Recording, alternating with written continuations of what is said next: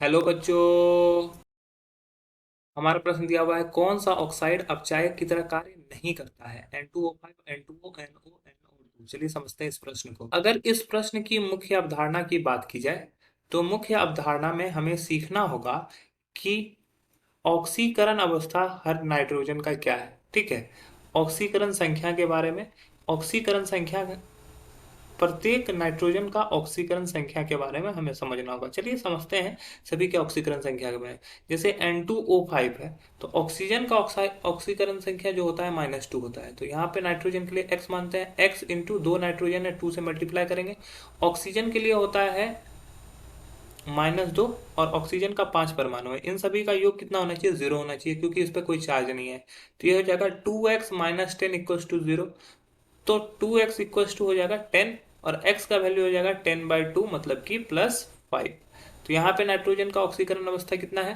N2O5 में जो ऑक्सीकरण अवस्था है ये क्या है? +5 है। अब बात करते हैं N2O की। तो N2O में वही करेंगे, x इंटू 2 प्लस -2 इंटू 1, इन सभी का सम 0 होना चाहिए। तो 2x - 2 इक्वल टू 0। तो 2x equal to 2, x equal to 2/2, मतलब कि +1। तो ये जो N2O है उसमें ये +1 की तरह भांति कार्य करता है।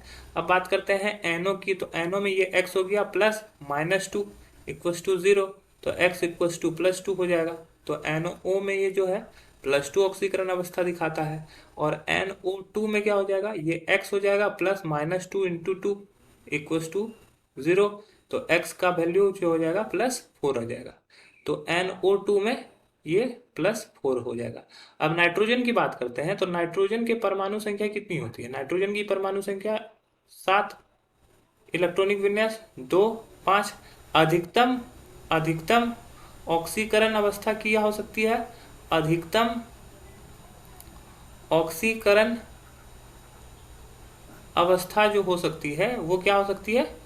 अधिकतम ऑक्सीकरण अवस्था +5 हो सकती है। ठीक है, तो अब देखो यहाँ पे बोला गया है कि अपचायक की तरह कार्य करना। तो अपचायक क्या होता है? अपचायक वो होता है जो जिसका ऑक्सीकरण होता है, जिसका ऑक्सीकरण होता है। ऑक्सीकरण का मतलब क्या होता है?